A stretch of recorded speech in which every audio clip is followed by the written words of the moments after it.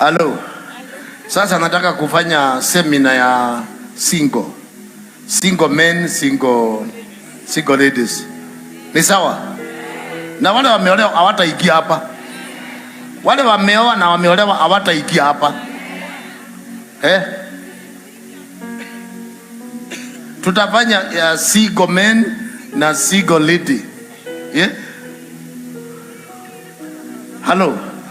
Alafu watu wapeane high five. Aterini guy. No, nitasema angalia ule mtu unapenda pea high five. Guy, you is a threat.